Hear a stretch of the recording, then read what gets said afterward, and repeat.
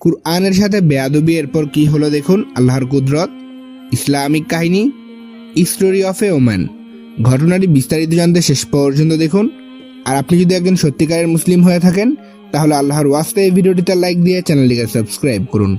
নাজনীন গ্রামী এমন একজন মহিলা যিনি নিজেকে ইসলাম থেকে দূরে সরিয়ে নিজেকে সঠিক প্রমাণ করার জন্য কুরআনের অবমাননা করে এবং তার উপর একটি সিগারেট রেখে এটি জ্বালানোর চেষ্টা করে।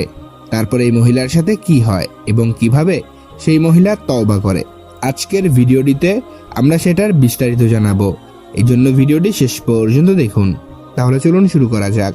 নাজনীন গ্রামী এমন একজন মহিলা যিনি পেশায় একজন বিমানবালা ছিলেন, যার কারণে তার বেশিরভাগ সময় ফ্লাইটেই কাটে। এমনই একটি ফ্লাইটে তার একজনকে পছন্দ হয় এবং সেই ব্যক্তিও তাকে পছন্দ করে, যার ফলে তারা সিদ্ধান্ত নেয় যে তারা খুব তাড়াতাড়ি বিয়ে করবে। একসময় তারা দুজনেই বিবাহ বন্ধনে আবদ্ধ হয়। বিয়ের পর সেই মহিলা জানতে পারে তার স্বামী খুব নামাজি এবং পরহেজগার লোক, ইসলামের পথ অনুসারী, ইসলামের কথা বলে এবং নিজেও ইসলামের উপর আমল করে। অন্যদিকে মহিলাটি ছিলেন একজন বিমানবালা এবং বিভিন্ন দেশে তার আসা যাওয়া ছিল, তাই সে ইসলাম থেকে অনেকটাই দূরে ছিল। সে অনেক বেশি ফ্যাশন করত আর নামাজ পড়তো না, ইসলামের বিধিনিষেধ মানত না। তার স্বামী বিয়ের পর তাকে ইসলামের দাওয়াত দেয়। প্রতিদিন যখন তার স্বামী সকালে নামাজ পড়তে উঠত, তাকেও নামাজের জন্য ঘুম থেকে উঠানোর চেষ্টা করত। তাকেও বলতো, তুমিও নামাজ পড়ো, আল্লাহর কাছে মাথা নত করো, আল্লাহর কাছে মাফ চাও। কিন্তু সেই মহিলা কখনোই তার স্বামীর কথায় কর্ণপাত করত না। এভাবেই সময় অতিবাহিত হতে থাকলো। তার স্বামী তাকে বলতে থাকতো যে ইসলামের উপর আমল করো। নিঃসন্দেহে বন্ধুরা, এখনো যারা ভিডিওটিতে লাইক দেননি, আপনি যদি সত্যিকারের মুসলিম হয়ে থাকেন তাহলে পবিত্র কুরআনকে ভালোবেসে এখনই এই ভিডিওটিতে লাইক দিয়ে চ্যানেলটিকে সাবস্ক্রাইব করুন। এভাবেই সময় অতিবাহিত হতে থাকলো। তার স্বামী তাকে বলতে থাকতো যে ইসলামের উপর আমল করো। নিঃসন্দেহে ইসলাম কোনো কঠিন ধর্ম নয়, বরং অনেক সহজ। আমাদের যত সমস্যা, যত কষ্ট, তোমার কাজের যত সমস্যা আছে সব সমাধান হয়ে যাবে ইসলামের উপর আমল করলে। কিন্তু সেই মহিলা তার স্বামীর কোনো কথাই শুনতো না, বরং এক কান দিয়ে শুনে অন্য কান দিয়ে বের করে দিত। এর সবচেয়ে বড় কারণ ছিল সে যখন কোনো নতুন দেশে যেত তখন সে সেই দেশের সংস্কৃতি আপন করার চেষ্টা করত। তার বেশি সময় দেশের বাইরেই কাটত, যার ফলে সে ভিন দেশের মানুষের মতো হয়ে গিয়েছিল এবং সে ভাবতে শুরু করে যে ইসলাম অনেক কঠিন এবং সে ইসলামের নিয়মকানুন মানতে পারবে না। এরপর এমন একটা সময় আসলো যখন তার স্বামী এটা ভাবতে শুরু করলো যে তার স্ত্রী যদি ইসলামের উপর ঈমান না আনে তাহলে সে তাকে তালাক দিয়ে দিবে।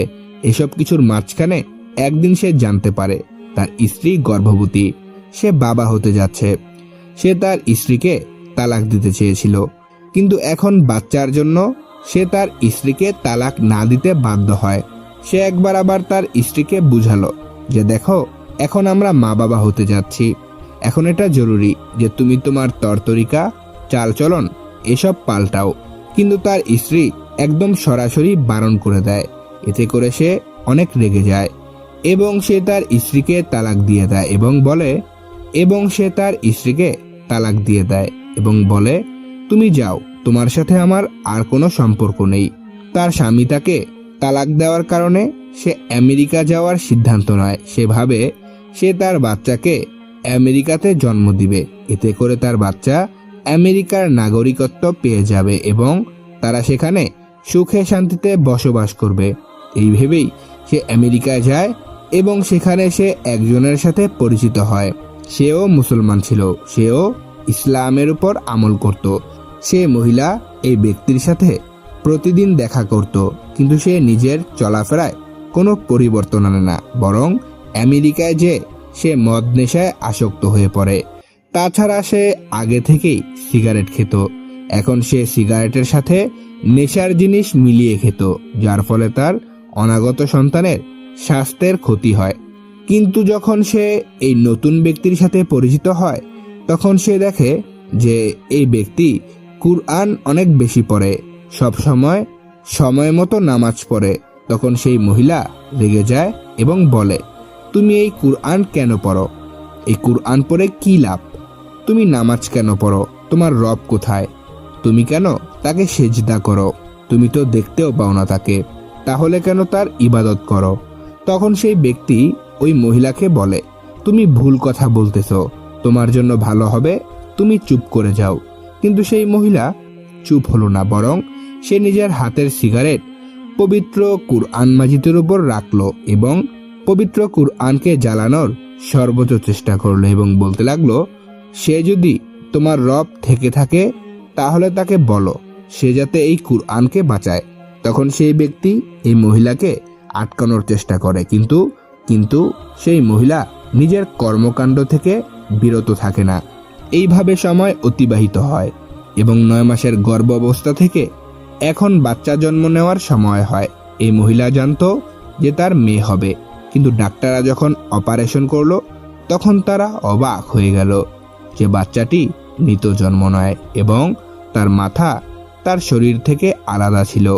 যখন সেই মহিলার হুঁশ আসে তখন ডাক্তাররা তাকে তার মেয়ের কথা বলে। এটা শুনে সে কাঁদতে থাকে, চিৎকার করে এবং সে বুঝতে পারে যে তার অবাধ চলাফেরার ফল এটা।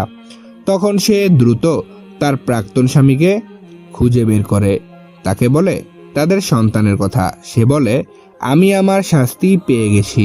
মহান আল্লাহ পাক রব্বুল আলামিন আমাদের মেয়ের উপর দিয়ে সেই আযাব পাঠিয়েছে।